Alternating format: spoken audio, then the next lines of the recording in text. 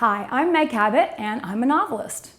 One of the first things people ask when they find out you're a novelist is, how do you write a novel? Well, I'm going to tell you. Ideas come from everywhere. I often tell people I get my ideas from the idea store. There's not really such a place. Ideas come from newspapers, magazines. You see something and it sparks an idea in you, and that's when you start making up a story to go with it. The important thing to do when you start making up that story is to write it down.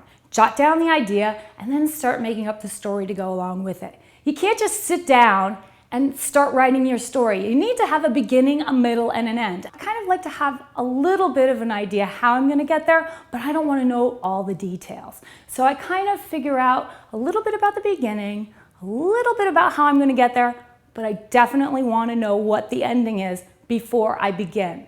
It's kind of like how you definitely want to have your ticket of where you're going, but you don't want to know all the details about what's going to happen during the trip. The most important part about writing your novel, though, is sitting down and actually doing it. That's really what separates an amateur writer from a professional writer.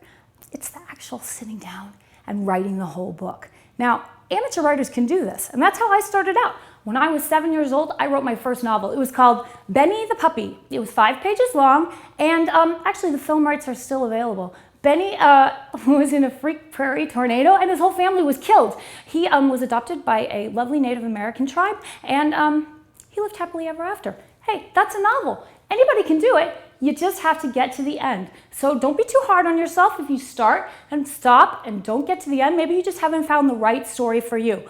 But the important part is sitting down, writing the whole thing, getting to the end. Hey, if I can do it, so can you.